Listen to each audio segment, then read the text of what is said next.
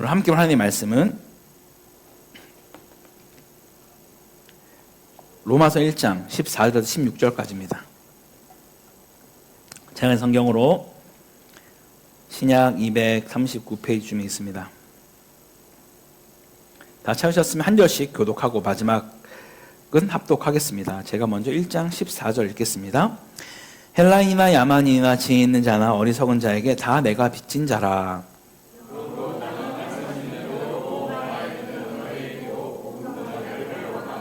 함께 했습니다. 내가 복음을 부끄러워하지 아니하노니 이 복음은 모든 믿는 자에게 구원을 주시는 하나님의 능력이 됨이라. 먼저는 유대인에게요 그리고 헬라인에게로다. 아멘. 할렐루야.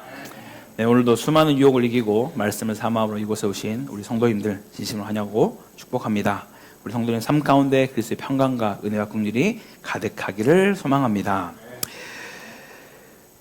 제가 예전에 2008년쯤이었던 것 같습니다. 2008년쯤에 국내 단기 선교를 하면서 한국에 있는 여러 선교 유적지를 방문한 적이 있습니다. 몇 번 소개해드린 적도 있는데 니은자 교회 이런 데도 가보고 또 양화진부터 시작해서 저기 아주 광주와 전주와 군산, 여수, 대구 또 섬도 갔는데 거문도였던 것 같아요. 거문도까지 곳곳에 선교의 발자취를 따라서 거의 전국 일주를 한 그런 시간이 있었습니다. 근데 그곳을 방문하면서 속리산의 한 중턱까지 올라간 적도 있었는데요. 선교사님들이 묵었던 어떤 그런 또 터가 남아있더라고요. 근데 그런 것들을 걸어 다니고 보면서 제 마음속에 떠올랐던 질문은 도대체 이 사람들 왜 여기까지 왔을까? 무슨 이유로? 지금이야 대한민국이 아직은 자유로운, 기독교가 자유로운, 종교가 자유로운 나라인데요. 당시 조선은 기독교의 그 탄압이 아주 심했던 나라입니다. 우리 세국 정책 아시죠? 외부에서 뭔가 들어오는 건 파란 도깨비들, 무조건 참수형을 다 하고 마는 그런 아주 외부의 문물에 대해서는 절대적으로 막아서는 그런 곳이 바로 이 나라 조선이었습니다. 뿐만 아니라 여기 온다고 하더라도 제대로 복음을 전할 수 있는 기회도 잘 주어지지 않을 뿐더러 풍토병과 같은 그런 질병도 많았고 서양에 비해서 환경도 열악했고 생명을 잃을 수 있는 그런 위험천만한 곳이 바로 이 조선이었습니다. 그때 당시 여러분들 아마 아시는 분들 계실 텐데 풍장이라고 우리나라가 처음에는 이 시체를 땅에 묻지 않았다고 해요. 나무에 걸어서 이렇게 막 말리는 그렇게 풍장으로 하는 그런 일들을 했습니다. 성경님 오셨을 때. 그래서 우리나라에 뭐가 끊이지 않았냐면은 식중독과 이 모든 것들이 끊이지 않았다고 해요. 왜냐하면 걸어놓은 그 시체가 썩어서 물이 들어가고 그 지하수를 먹고 계속해서 그걸로 인해서 질병이 끊이지 않았던 나라를 성경사님이 겨우 설득시켜서 땅에 묻는 거를 하고 그렇게 해서 많이 좋아졌다라고 하더라고요. 여튼 그런 나라에 수많은 선교사님들이 복음 하나 들고 이 땅에 찾아왔죠. 여러분 그때 선교사님들이 어떻게 여기로 왔을까요? 비행기를 타고 왔을까요? 전혀 그렇지 않죠. 영국에서, 미국에서 그 먼 곳에서 정말 배를 타고 한 달도 두 달도 아닌 거의 6개월 정도에 걸려서 이 나라에 오셨다라고 합니다. 아무 연고도 없고 그 어떤 도움 없이 자비량으로 이 조선이라는 땅에 오셨습니다. 제가 지금까지 되게 많은 나라의 선교지를 가봤습니다. 아주 빈민한 그런 빈민촌부터 시작해서 그리고 또 아주 열악하고 그리고 또 집시의 어떤 그런 마을들 그리고 또 귀신 들린 집 정말 다양한 곳들 많이 가봤습니다. 동아시아부터 동남아시아, 남아시아, 서아시아, 유럽까지 정말 어렵고 힘든 많은 곳들을 방문해 보았는데요. 근데 제가 가장 강력하게 여길 딱 갔을 때 와 진짜 선교하겠구나. 선교 안 하면 진짜 이거는 내가 죄 짓는 거다 라고 생각이 들었던 곳이 여러분 혹시 어디였을 것 같으세요? 여러분 생각하는 수많은 어려운 나라 중에 어딜까요? 맞습니다. 정말 아이러니하게도 저는 대한민국에서 제가 선교하지 않으면 안 되겠구나라는 거를 뼈저리게 그 2008년에 단기 선교를 하면서 느꼈습니다. 그때 저는 당시 그 국내 단기 선교를 해보기 전에 선교사님들의 묘지는 양화진에만 있는 줄 알았어요. 양화진에도 엄청 많거든요. 그래서 양화진에 있는 굵직한 분들은 다 여기에 모여 계시겠구나, 여기만 있겠구나 생각했어요. 근데 웬걸 지방마다 있는 거예요. 전주에도 무슨 어디 광주 무슨 학교 어디에 뒤에도 예수병원 옆에도 저기 대구의 그 계명대 어디 옆에도 대구 제일교회 옆에도 뭐 수많은 곳에 선교사님이 많이 너무나 묻혀 계셨습니다. 그렇게 하나하나 묘비를 보면서 다시 한번 생각이 들었죠. 아, 이 사람들은 미쳤구나. 미치지 않고서 어떻게 이럴 수가 있나. 여러분 그때 오신 분들이 어떤 분이었을 것 같으세요? 그냥 그 나라에서 좀 뭐 이렇게 한번 해보려다가 실패하고 뭐 사업이 잘 안 되고 공부가 소질이 없고 이런 분들 아니었습니다. 테네시 종합의과대학에서 100년만 한번 나올까 말까 한 수재인 선교사님이 이 땅에 오시고 제발 이 나라에서 사역을 계속 해달라고 하는 그런 출중한 분들이 이 나라에 자기 목숨 걸고 사역하러 오셨어요. 그런데 그렇게 후원 하나 없이 자기 나라를 떠나서 피덩이 같은 가족들을 데리고 질병과 박해가 난무한 이 나라에 와서 꽃 한번 제대로 피워보지 못하고 많은 분들이 생을 마감했습니다. 심지어 한 가정만 온 것이 아니라 우리 양화진에 가보면 3대, 4대가 묻혀있는 가정들도 있습니다. 더 안타까운 건요, 양화진 한쪽 구석에 가면 되게 작은 묘비들이 엄청 많이 쫙 있거든요. 근데 거기 보면 이름과 날짜가 적혀 있는데 도대체 이 묘지는 뭐지? 왜 딴 데는 약간 좀 나름 이렇게 멋있게 이렇게 탁탁 큰 비석으로 되는데 여기는 왜 이렇게 작은 묘비들만 있을까 봤더니 성사님들 자녀들 묘지인 거예요. 근데 날짜가 1905년 3월 2일, 1905년 3월 7일 이런 식입니다. 낳자마자 애들 이틀 만에 풍토병 걸려서 죽고 뭐 길어야 3, 4주 이런 애들이 너무나 많이 묻혀 있었어요. 왜 그랬을까요? 도대체 뭘 누리겠다고 그 6개월 동안이나 막 정말 힘들게 자기 가족들이 그냥 죽으면 그걸로 끝이지 또 그 다음 대가 그렇게들 찾아온 것이죠. 우리가 잘 알고 있는 토마스 선교사님이 계십니다. 영국에서 20대 젊은 나이에 그분은 떠나서 이곳에 왔죠. 1866년 평양 대동강에서 그는 복음을 전하기 위해서 내렸지만 바로 그 자리에서 군사적에 잡히고 바로 참수형을 당합니다.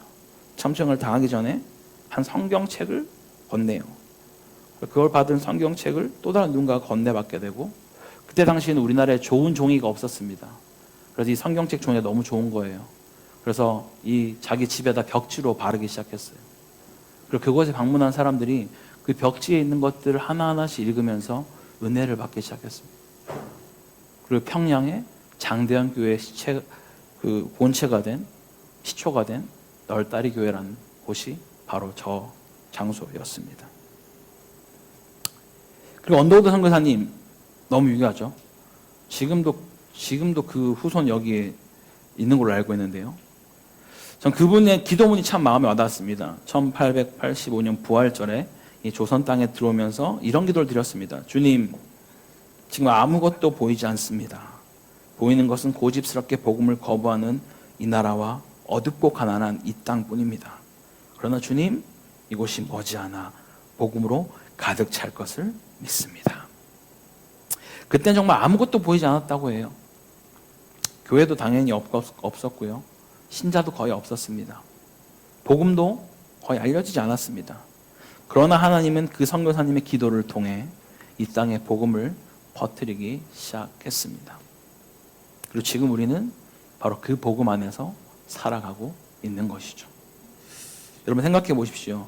이런 선교사님들이 이 조선 땅에 오지 않았다라면 우리가 오늘 이 복음을 들을 수 있었을까요? 지금 우리가 이 장소, 이 예배당에 있다라는 것은 우리가 바로 복음의 빚진 자다라는 것입니다. 본문 14절을 우리 다시 한번 같이 읽어볼까요? 시작. 헬라이나 야만이나 지혜 있는 자나 자라. 여기서 빚진 자라는 단어가 나옵니다. 오펠레이테스라는 이 단어의 의미는 단순히 빚이 있는 사람이 아니라 반드시 갚아야 할 책임이 있는 사람을 뜻할 때 이 단어를 사용한다고 합니다. 바울은 말하죠. 나는 복음을 받았기 때문에 모든 사람에게 빚진 사람입니다 라고 이야기를 합니다. 여기서 우리가 기억해야 할 것은요, 복음은 우리 안에 소유로 끝나는 것이 아니라 전달함으로써 완성이 되어집니다. 나만 구원받은 것으로 끝나는 것이 아니라 그 복음이 전달되어져야지 완성이 된다라는 거예요. 그래서 우리가 복음을 받은 것은 나 혼자 믿고 끝나라고 받은 것이 아니라 전하라고 받은 것인 줄 믿습니다. 그래서 우리는 복음의 빚진 자들인 것이죠. 그리고 복음을 받은 사람은요, 전하지 않을 수가 없습니다. 우리 15절을 같이 한번 다시 읽어볼까요? 시작. 그러므로 나는 할 수 있는 대로 로마에 있는 너희에게도 복음 전하기를 원하노라. 바울은 복음을 전하는 것을 억지로 하는 것이 아닙니다. 정말 열망을 가지고 말하고 있죠. 심지어 오늘 이 부분을 깊게 다루진 않을 거지만 로마에 있는 너희에게라고 말하는 것은 누구인지 혹시 아십니까? 여러분, 우리가 복음이라고 말하면 물론 오늘의 포커스는 믿지 않는 자들에게 전해지는 복음이 맞습니다. 근데 지금 여기서 말했던 로마에 있는 너희들에게라는 표현은 이미 예수 믿고 있는 자들을 말합니다. 여러분, 복음은요, 지금 우리에게도 필요하고요, 믿지 않는 많은 이들에게 필요합니다. 단순히 예수 믿을 때 어떤 지나가는 입문 단계가 아니라는 뜻입니다. 죽을 때까지 우리는 복음으로 내 삶이 새롭게 거듭나고 내 삶을 비춰보는 일들이 필요하다라는 것이죠. 어쨌든 그런 열망으로 바울은 복음을 전하지 않을 수 없기 때문에 계속해서 그는 곳곳에 가서 복음을 전합니다. 여러분, 생각 한번 해보십시오. 우리가 정말 좋은 소식을 알게 되었을 때 어떻게 합니까? 예를 들어 정말 좋은 병원을 알게 됐다. 우리 코타에서 좋은 병원 찾기가 쉽지가 않잖아요. 정말 명의를 어떻게 알게 됐다. 그러면은 나만 알아야 되나? 너무 복잡해지면 안 되니까. 그런 거 아니잖아요, 그죠? 우리 정말 좋은 소식 알게 되면은 사랑하는 내 가족에게, 우리 교회 동료들에게 알립니다. 내가 인생을 바꿀 기회를 알게 됐다. 뭐 그럼 또 알리죠. 중요한 어떤 정보, 제가 늘 자주 예화로 드는 맛집만 알아도 우리는 막 곳곳에 주인이 부탁한 적이 없어요. 근데 계속해서 여기 장난 아니라고 막 코타에서 최고라고 막 이러면서 얘기를 하시잖아요. 좋은 소식은요, 나누게 되어 있습니다. 굳이 뭔가 강요하지 않아도 나만 누리기 너무 아깝다는 생각을 우리는 하게 됩니다. 근데 만약 그 소식이 단순한 정보가 아니라 목숨이 걸린 문제라면 어떻겠습니까? 예를 들어 어떤 위험한 상황이 있는데 그 사실을 나만 알고 있는 거예요. 그리고 내 가족과 친구들은 그 사실을 모르고 있다. 그렇다면 그 사실을 여러분, 가족에게, 친구에게 알려주지 않을 수 있을까요? 만약 알고 있으면서도 말하지 않는다라면 그것은 굉장히 무책임한 일이겠죠. 근데 복음은 단순한 좋은 소식, 어떠한 정보가 아니라 영원한 생명의 소식인 줄 믿습니다. 그래서 바울은 이 복음을 전하지 않을 수 없었다라고 말하는 것이죠. 그리고 이어서 본문 16절에 내가 복음을 부끄러워하지 아니하노니 라고 말하죠. 여기서 여러분께 한번 질문해 보고 싶습니다. 우리는 과연 이 땅을 살아가면서 복음이라는 것을 어떻게 여기고 계십니까? 요즘 시대를 보면 생각보다 많은 사람들이 예수 믿는 것을 부담스러워합니다. 괜히 이 예수 믿는 것을 내가 알리게 되면 공격받을 것 같기도 하고 무시받을 것 같기도 하고 곤란한 상황에 놓을 것 같다는 그런 생각 때문에 굳이 말하지 않습니다. 어떤 경우에 숨기기도 합니다. 근데 반대로 어떤 사람들은 전혀 다른 행동을 보이기도 하죠.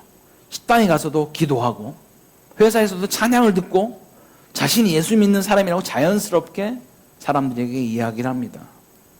왜 그럴 수 있을까요?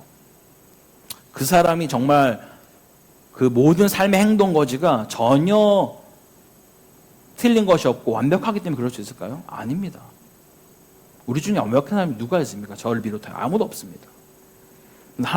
적어도 한 가지는 분명하겠죠. 그렇게 하는 사람에게 복음은, 예수님은 부끄러운 대상이 아닌 거예요. 나의 자랑이고 나의 명예고 나의 기쁨이고 나의 안정감입니다. 그래서 그 이야기를 그렇게 할 수 있는 것이죠. 그들은 알고 있습니다. 내 인생을 건져낸 것이 바로 이 복음이라는 사실을 말입니다.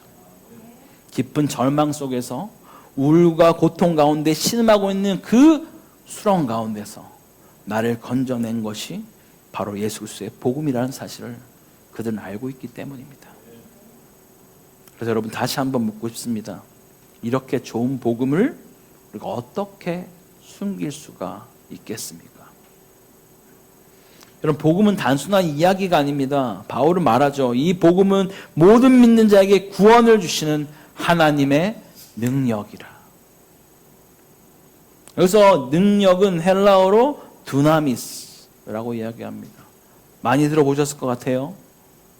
이 능력 두나미스는 우리가 알고 있는 다이너마이트의 어원이 되는 단어입니다. 복음의 능력 그만큼 아주 강력하다라는 것을 말씀하고 있습니다. 세상이 할 수 없는 그 일을 복음이 가능케 한다 라고 말하는 것이죠. 사람을 살리고 인생을 바꾸고 죄인을 구원하는 것, 이것이 바로 복음의 능력인 줄 믿습니다. 그래서 우리는 복음의 능력을 우리의 힘으로 전하는 것이 아니라 그 복음의 능력을 믿고 전해야만 하는 것이죠. 여러분, 제가 얼마 전에 제 동기로부터 들은 이야기를 나누고 싶은데요. 그것을 말로 설명하기 전에 짧은 영상을 먼저 한번 보며 나누고 싶습니다. 우리 영상을 잠깐 보도록 하겠습니다.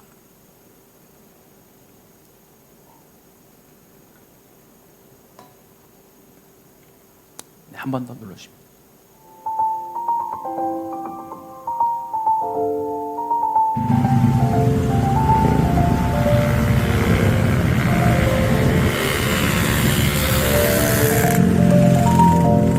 옆나라 인도네시아입니다.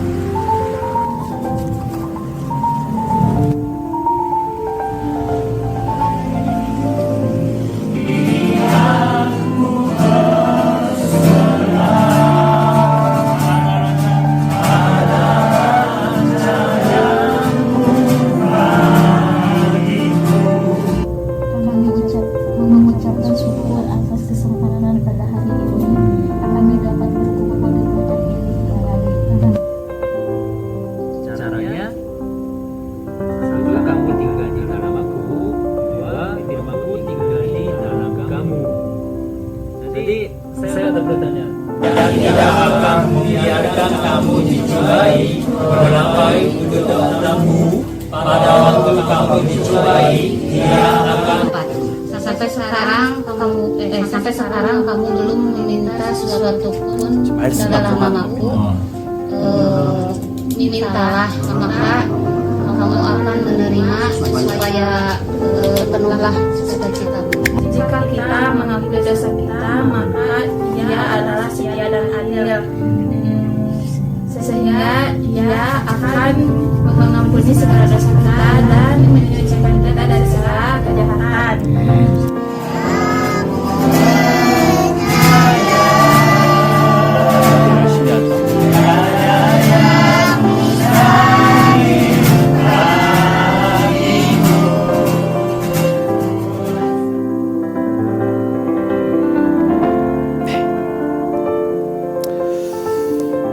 이 사역을 하는 제 동기가 2년 전에 한번 우리 교회에서 말씀을 나눈 적이 있었습니다. 혹시 기억하실지 모르겠습니다. 지금 인도네시아에서 M사역을 하고 있습니다. 지금 라마단 기간이죠. 라마단 기간이고 이 친구가 매주 제자훈련을 하며 무슬림에게 복음을 전하고 있습니다. 아까도 우리 히잡 쓰고 있는 여자분들 계셨잖아요. 그 친구가 이런 말을 하더라고요. 형, 나 아직 말을 잘 못해. 내가 언어가 막 그렇게 유창하지 않거든. 그냥 용기만 많지 제대로 잘 못하는 것 같아. 이렇게 얘기를 하더라고요. 근데 아까 나왔던 그 무슬림 아주머니가 자기 예수의 이름으로 기도하기 시작했다라고 했다는 거예요. 네. 알라의 이름이 아니라 예수의 이름으로 기도하기 시작했다. 그 울면서 고백을 했고 고난 가운데 있을 때 예수님이 피할 길을 내시는 것을 경험했다라고 고백하기 시작했다 합니다. 제가 사실 궁금했어요. 야, 근데 무슬림 전환 그거 좀 어려운 거 아니냐라고 하니 이 모녀는 아버지가 사별을 했다라고 하더라고요. 남편이랑. 그러면서 예수님을 영접하게 됐는데요. 그렇게 그 무슬림 아주머니의 고백을 들으면서 사모도 울고 제 동기도 함께 울었다라고 해요. 그리고 동기가 저에게 딱 이 한마디를 하는데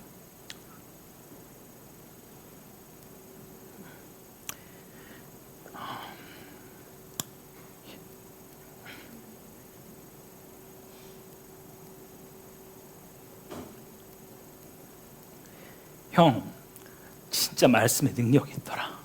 이러더라고요.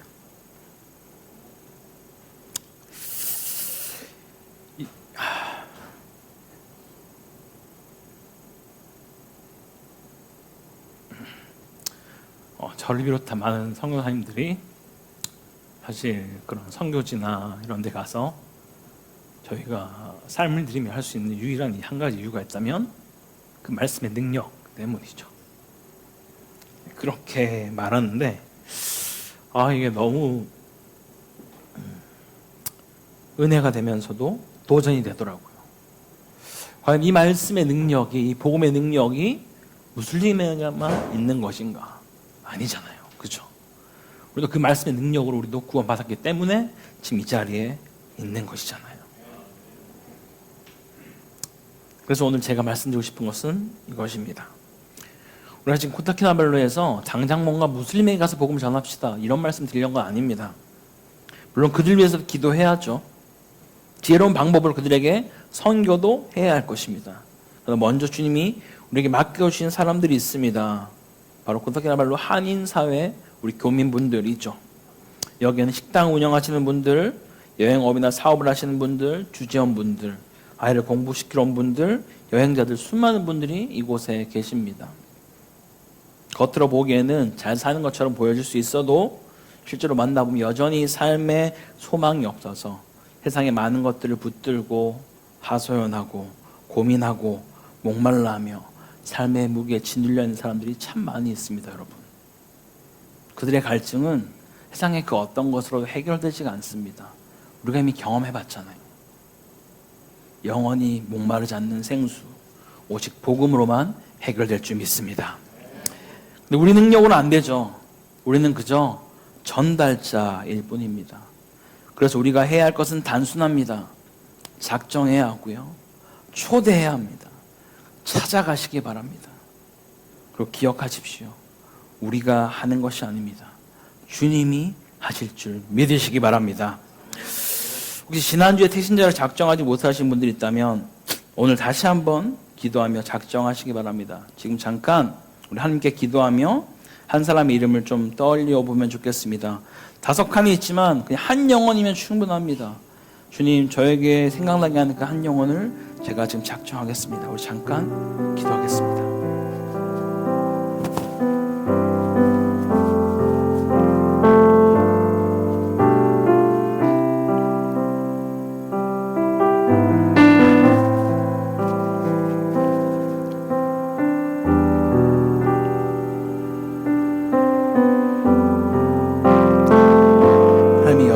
떠오르게 하시는 그 이름을 주보에 있는 작정 카드에 적어서 나가실 때 함에다가 넣어주시면 되겠습니다. 우리 함께 좀 말씀을 기억하면서 찬양으로 주님, 우리가 주님 같은 그 길을 따라가겠습니다. 내가 좁은 길, 좁은 문으로 주님 따라가겠습니다 라는 그런 마음으로 우리 함께 찬양으로 고백하며 나가겠습니다.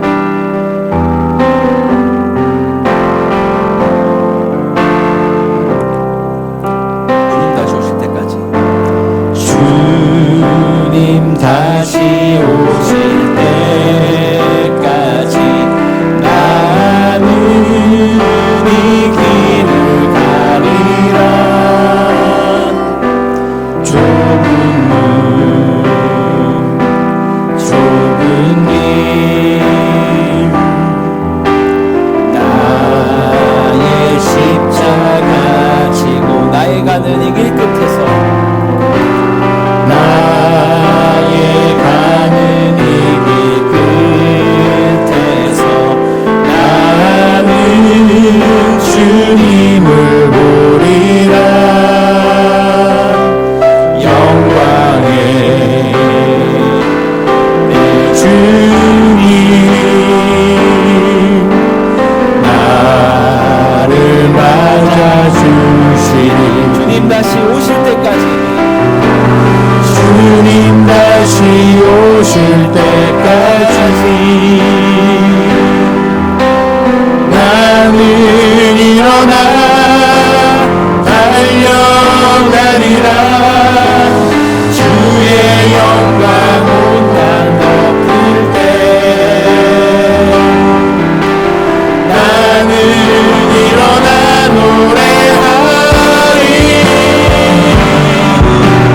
내 사모하는 주님 온 세상 구주시라. 내 사모하는 주님 영광의 왕이시라. 주님 다시 오실 때까지 나는 일어나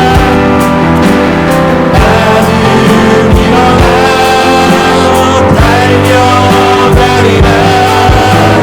주의 영광 온 땅 덮을 때 나는 일어나 노래하리. 내 사모하는 주님 온 세상 구주시라. 내 사모하는 주님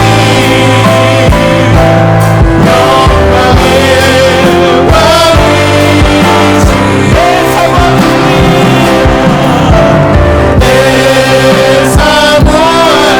주님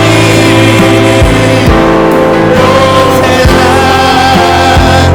구주시라. 내 사모하는 주님 영광의 왕이시라. 다시고 앞에 내 영혼 선에 주님만 그대 나 다시 돌아가 주님께 예배드리며 다시 십자가의 다시 복음 앞에 내 영혼 선에 주님만 나 다시 돌아가 주님께 예배드리며 다시 십자가의 길 걸으리. 다시 복음 앞에 내 영혼 선에 주님만 그대 나 다시 돌아가 주님께 예배드리며 다시 십자가의 길 걸으리. 함께 같이 기도하기 원합니다. 주님, 우리가 복음의 빚진 자임을 깊이 깨닫고 한 영혼을 품게 하여 달라고 기도합시다. 고닥해나물로 한인 사회 가운데 복음의 문이 열리고 많은 영혼이 주께 돌아올 수 있도록 인도해달라고 기도합시다. 이번 한인업체 방문과 또 가이드, 주재원, 새로 입국하는 모든 분들에게 복음을 전할 지혜와 담대함을 허락해달라고 우리 주님 한번 잡고 기도하겠습니다. 하나님 아버지 감사합니다. 우리 이 시간 복음의 빛인 하나님 말씀해 주신 감사합니다. 주님, 우리가 이 땅 가운데서 주님 믿고 살아갈 수 있는 그 이유가 있다면 오래전에 주께서 예수를 믿는 자를 위해서 이 땅 가운데 보내셔서 그들의 목숨을 버리면서까지 주님이 다시 보기처럼 공연하는 이 땅 가운데 복음을 전하게 했기 때문에 그래서 그 복음을 우리의 조상들이 믿었고 정말 내가 들었기 때문에 내가 이곳에 있는 줄 믿습니다. 내가 정말 그 복음으로 인하여서 내 삶이 구원되었고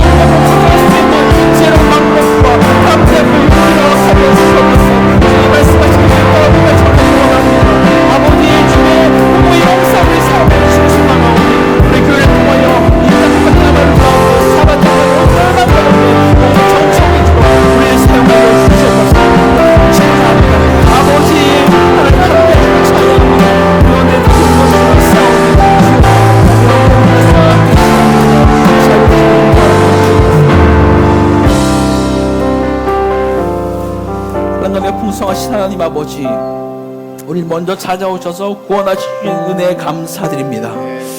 우리가 아무 공로도 없었을 때 주님께서 우리를 찾아오셔서 복음을 들려주시고 우리의 인생을 새롭게 하셨습니다.